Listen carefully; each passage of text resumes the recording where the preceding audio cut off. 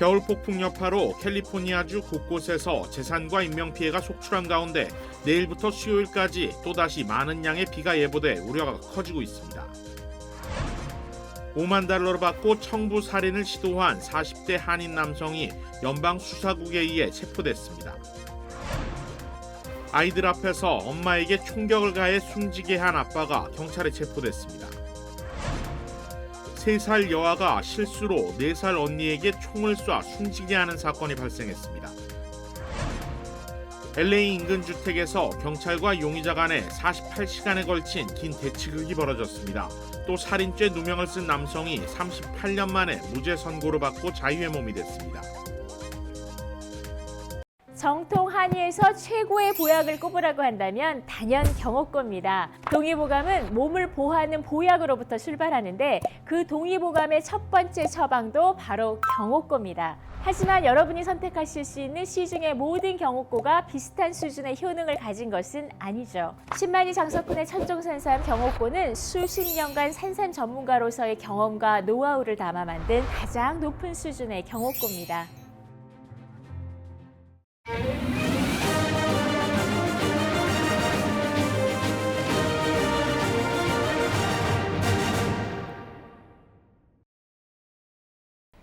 시청자 여러분 안녕하십니까? KBS 아메리카 뉴스입니다.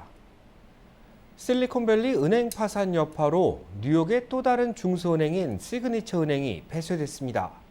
금융권 전반으로 위기가 전이되는 제2의 리먼 브라더스 사태가 될 수 있다는 우려입니다. KBTV 전상희 기자가 취재했습니다. 뉴욕주의 규제 당국 금융서비스부는 어제 뉴욕주 소재 시그니처 은행을 인수하고 연방예금보험공사를 파산 관제인으로 임명했다고 블룸버그 통신이 보도했습니다. 시그니처 은행은 뉴욕, 커네티컷, 캘리포니아, 네바다, 노스캐롤라이나 등에서 영업해온 상업은행으로 상업용 부동산과 디지털 자산 은행 업무 등을 해왔으며 지난해 말 기준 총 자산 1,103억 6천만 달러, 총 예금은 885억 9천만 달러 규모입니다. 시그니처 은행 폐쇄와 관련해 바니 프랭크 전 하원 금융위원장은 앞서 실버게이트가 뱅크런 우려 끝에 결국 문을 닫은 데다 실리콘밸리 은행 파산 충격이 겹치면서 시그니처 은행의 가상화폐 익스포저에 대한 고객의 우려가 커진 결과라고 전했습니다. 2001년 문을 연 시그니처 은행은 2008년 세계 금융위기 이후 빠르게 성장했으며 특히 2018년에는 가상화폐 전문 은행원들을 채용하며 지난주 청산한 실버게이트 은행과 함께 가상화폐 거래 주요 은행으로 발돋움했습니다. 지난해 초에는 가상화폐 업체들의 예금이 전체의 27%에 달했습니다. 하지만 작년 한국산 코인, 테라 USD, 루나 붕괴 사태와 대형 가상화폐 거래소 FTX의 파산으로 가상화폐 업계에서 위기가 확산하자 이 은행에서 수십억 달러의 예금이 빠져나간 것으로 알려졌습니다. 시그니처 은행의 폐쇄는 금융위기 당시인 2008년 문을 닫은 워싱턴 뮤추얼과 이번 SVB에 이어 미국 역사상 자산 규모 기준으로 세 번째로 큰 은행 붕괴 사태라고 월스트리트저널은 전했습니다. 미 당국은 SVB 파산에 이어 시그니처 은행 폐쇄까지 터지자 위기가 다른 금융기관들로 전염되는 것을 막기 위해 안간힘을 쓰고 있습니다. KBTV 뉴스 전상입니다. 뉴욕 증시 주요 지수가 보합세로 장을 마감했습니다. 하지만 파산 가능성이 거론되는 일부 은행들의 주가는 폭락했습니다. 보도에 한보경 기자입니다. 등락을 거듭하며 변동성 심한 장세를 보이던 뉴욕 증시 주요 지수가 월요일 장을 보합세로 마감했습니다. 파산한 실리콘밸리 은행 예금을 전액 보증하겠다는 미국 정부의 긴급 조치가 일단 효과는 있었다는 평가입니다. 주식시장 개장과 동시에 기자회견을 연 바이든 대통령은 미국의 은행 시스템과 예금은 안전하다며 불안 심리 차단에 주력했습니다. The money will come from the fees that banks pay into the Deposit Insurance Fund. Every American should feel confident that their deposits will be there if and when they need them. 하지만 일부 지역은행들의 주가가 폭락하는 걸 막지는 못했습니다. 주말 사이 연준과 JP모건이 긴급 자금을 투입한 퍼스트 리퍼블릭 은행이 60%가량 폭락했고 웨스턴 얼라이언스 은행이 40% 넘게 빠졌습니다. 예금 전액 보호 조치에도 연쇄 파산에 대한 불안감은 수그러들지 않고 있는 겁니다. 2008년 금융위기 때와 같은 위기 전이는 없을 거라던 미국 정부가 일요일 저녁 전격적으로 예금 전액 보호 조치를 발표한 건 미국 정부 역시 현 사태를 위험하게 보고 있다는 방증이기도 합니다. There's concern that it may lead to uninsured deposits being pulled out of a lot of other regional banks in the same asset size or smaller and put into the largest commercial banks. And that could cause problems with these banks as well. 역시 은행주 하락폭이 컸던 유럽 주요국 증시는 전체 종가도 큰 폭으로 떨어진 채 장을 마쳤습니다. 연준의 급격한 금리 인상이 실리콘밸리 은행 파산의 원인으로 지목되면서 관심은 다음 주 열릴 연준 통화정책회의에 쏠리고 있습니다. 큰 폭의 인상은 어려울 거란 관측이 나오는 가운데 골드만삭스 등 일부 기관들은 더 이상의 금리 인상은 무리라며 금리 동결 전망도 내놓고 있습니다. 우리 시각 오늘 밤 나올 2월 소비자 물가 상승률이 만만치 않은 변수가 될 거란 전망입니다. 뉴욕에서 KBS 뉴스 한보경입니다. 폭우가 강타한 캘리포니아주 중부 해안 도시에서는 제방이 무너지는 등 피해가 속출하고 있습니다. 많은 양의 비가 내일 예보되며 긴장의 끈을 놓지 못하고 있는 상태입니다. 김경일 기자가 보도합니다. 몬테레이 도시 전체가 폭우로 침수됐습니다. 주 방위군은 성인 허리까지 차오른 물에서 사람들을 구출합니다. 미처 대피하지 못한 사람들은 높은 지대에서 구조를 기다리는 모습도 보입니다. 주말 사이 캘리포니아 중부 해안 농촌 지역의 제방이 폭우로 붕괴되면서 최소 2명이 숨지고 8,500명 이상의 지역 주민들이 긴급 대피 명령을 받았습니다. 중부 해안의 또 다른 지역도 침수 피해를 입었는데 물이 빠지면서 토사가 도로와 집을 덮쳐 처참한 모습입니다. So it only got up to, maybe 8 inches where I'm at now. Last time it was up maybe 16. However, the people on the side of the creek really got hit hard. 13개 지역의 강이 범람해 토사 피해가 확산되는 등 올 겨울 폭풍으로 20명이 숨지자 바이든 대통령은 연방비상관리국 등 주요 구호기관에 현재 캘리포니아주의 피해 상황을 파악하고 지원에 나설 것이라고 밝혔습니다. 문제는 내일부터 수요일까지 다시 상당한 양의 비 소식이 예보됐다는 점입니다. 산악지역을 포함한 일부 지역에는 홍수범람 경보가 발령됐고 기상청은 24시간 상당한 규모의 폭풍이 예상된다면서 주의를 당부했습니다. LA 등 남가주 지역과 피해를 입은 해안 지역에는 최고 4인치의 비가 예보됐고 산악 지역에는 최대 7인치의 비가 올 것으로 보여 비 피해가 없도록 철저한 대비가 필요합니다. KBS 뉴스 김경일입니다. 5만 달러를 받고 청부 살인을 시도한 40대 한인 남성이 체포됐습니다. 연방수사국 FBI는 메인주에 사는 41살 한인 현국 코르시악을 청부살인 시도 혐의로 뉴욕주에서 체포했다고 밝혔습니다. 이 한인 남성은 맨해튼에 사는 목표 인물을 살해하기 위해 메인주에서부터 300마일이 넘는 거리를 이동해 범행을 저지르려다 검거됐습니다. FBI는 용의자가 돈을 받는 대가로 살인을 하고 싶다는 의사를 표현한 교신 내용을 연방교정국으로부터 입수하고 용의자 체포를 위해 가상의 사업가를 살해하는 청부업을 의뢰하는 등 함정 수사를 펼친 것으로 드러났습니다. 용의자는 범행을 위해 이동하던 도중 잠복하고 있던 FBI 요원들에게 체포됐는데 체포 당시 AR-15을 포함한 총기 4정과 탄알 수백 발, 방탄조끼 등을 소지하고 있었던 것으로 나타났습니다. 또 소음기와 경찰 제복뿐 아니라 안면인식 기술을 피하기 위해 영화에서나 볼 수 있는 다른 사람의 얼굴 모습을 한 라텍스 가면도 준비했던 것으로 드러났습니다.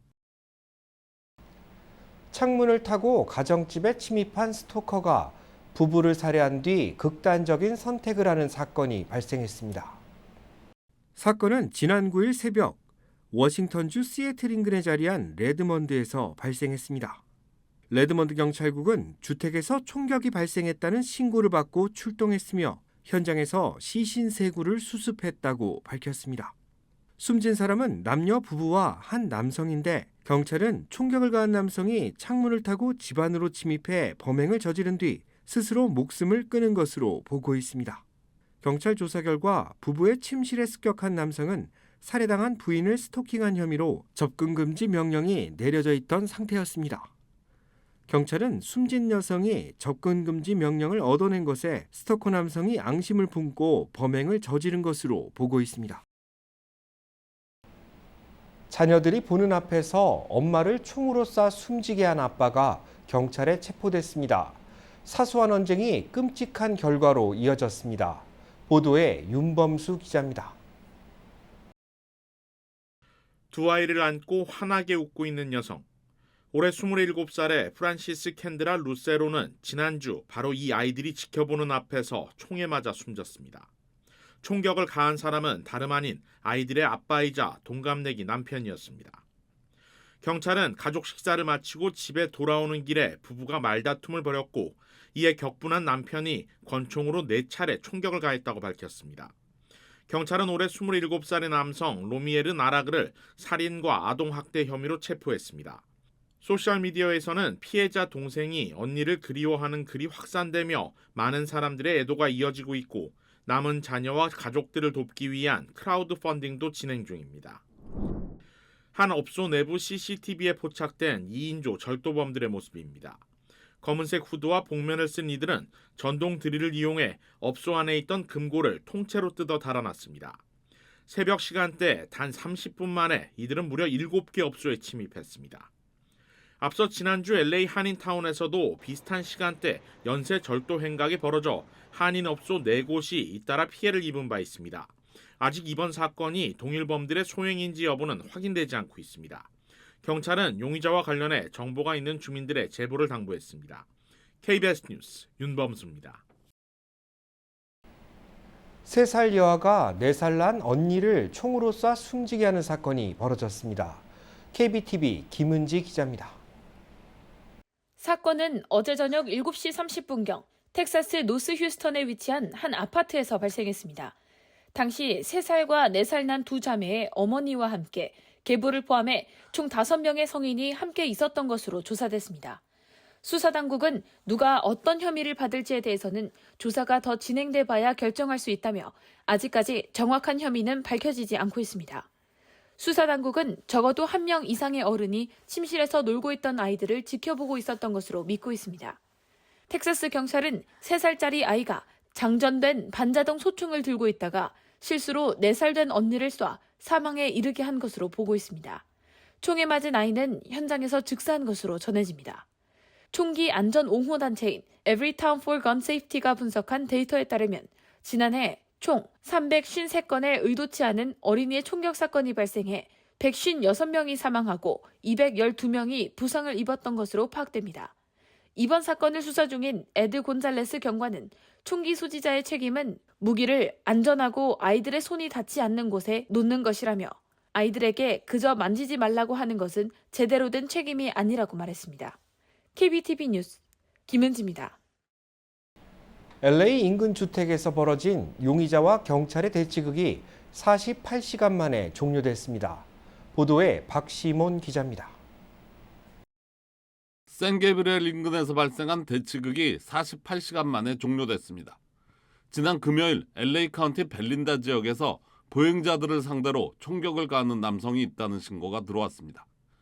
경찰이 출동하자 남성은 한 주택으로 들어갔고 주택의 거주자들이 밖으로 뛰쳐나오면서 대치극이 시작됐습니다. 수사팀을 비롯한 경찰들은 주택을 3중으로 포위하며 주민들을 대피시켰고 전문가까지 동원해 협상을 시도했지만 용의자는 오히려 100발이 넘는 총격을 가하면서 저항했습니다. 계속되는 총격에 주변 10가구가 넘는 집들이 대피한 가운데 수사팀이 48시간 만에 지붕을 뚫고 주택으로 들어갔지만 용의자는 이미 스스로 목숨을 끊은 후였습니다. 경찰은 용의자가 여러 건의 전과가 있다고만 밝힐 뿐 아직까지 범행 원인에 대해서는 발표하지 않고 있습니다.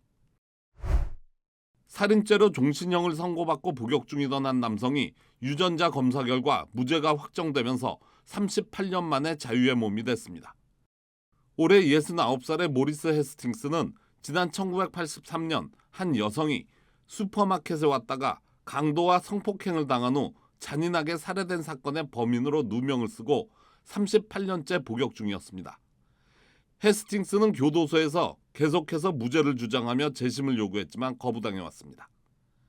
하지만 끈질긴 요구에 법원은 DNA 검사를 실시했고 검사 결과 헤스팅스가 무죄라는 결론을 내리고 석방하기에 이르렀습니다. 헤스팅스는 31살의 젊은 나이에 교도소에 들어가 복역하다가 결국 69살이 돼서야 세상의 빛을 보게 됐습니다. KBS 뉴스 박시몬입니다. 의료 사기 혐의를 받고 있는 한인 의사가 집행유예 5년에 벌금 5만 달러를 선고받았습니다. 펜실베이니아 피츠버그 지방법원은 한인 의사 80살 이근상 씨에 대해 메디케어와 메디케이드 관련 의료 사기 혐의를 인정해 이같이 선고했습니다. 법원은 또 이 씨에게 연방정부에 41만 7천 달러를 반환하라고 명령했습니다.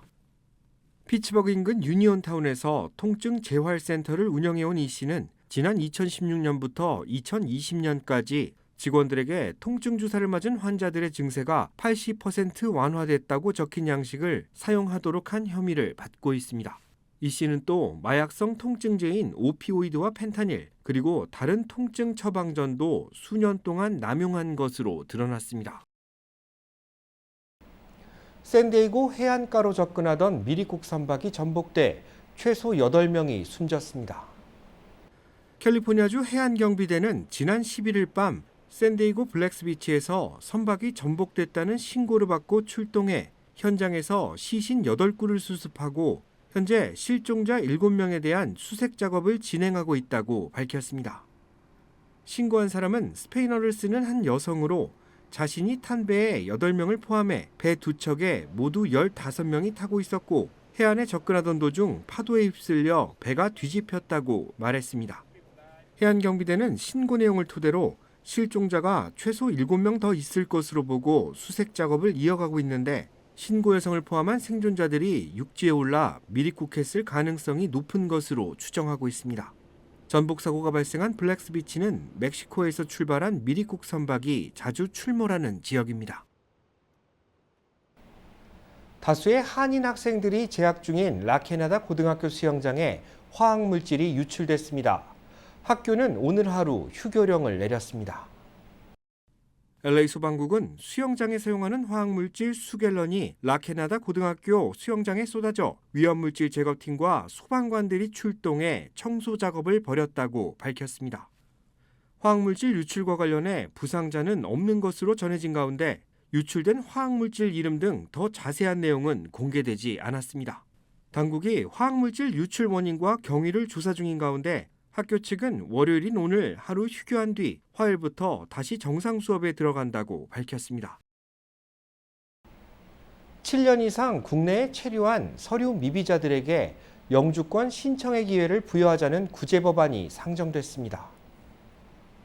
캘리포니아 출신 연방 하원 의원들이 주축이 돼 상정한 이 법안은 7년 이상 국내에 거주한 서류 미비자들에게 영주권 신청의 기회를 부여하기 위해 이민법 규정을 개정하는 것을 목표로 두고 있습니다. 현행 이민법 규정은 1972년 1월 1일 이전에 국내에 입국한 서류 미비자들에게만 구제 자격을 부여하고 있습니다. 하지만 이 법안이 통과될 경우 2016년 1월 1일 이전부터 국내에 체류한 서류 미비자들에게까지 혜택 범위가 확대돼 전체 서류 미비자 1,100만 명 가운데 75%인 830만 명이 영주권 취득의 기회를 얻을 수 있을 것으로 보입니다. LA 한인회가 튀르키예와 시리아의 지진 피해자들을 돕기 위한 한인사회 구호성금을 전달했습니다.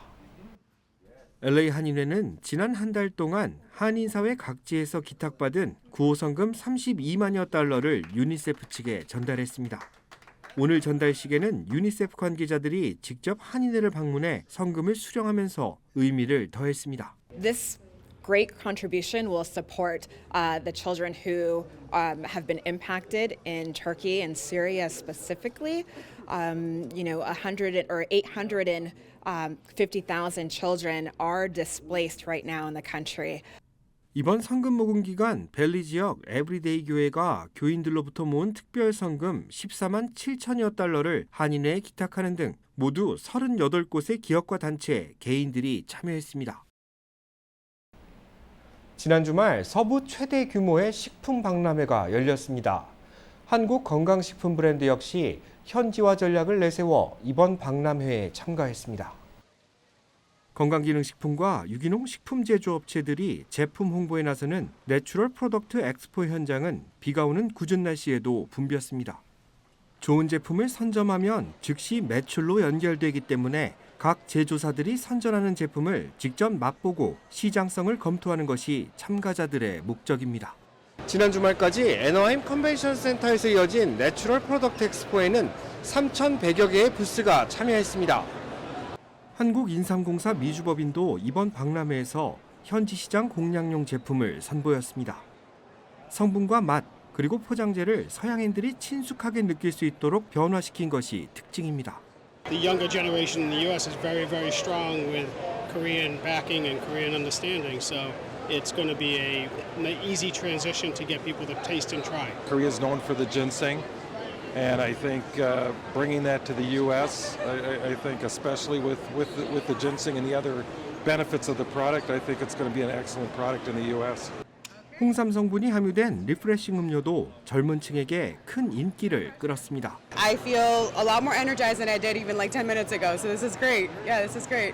서양인들의 입맛을 연구하는 현지 R&D 센터도 지난 주말 오렌지 카운티 플러튼에 개소했습니다. 이 연구시설은 미국 시장 공략을 위한 건강 기능성 음료와 보조 제품에 대한 연구가 이루어지고 시제품을 생산하는 일을 담당합니다.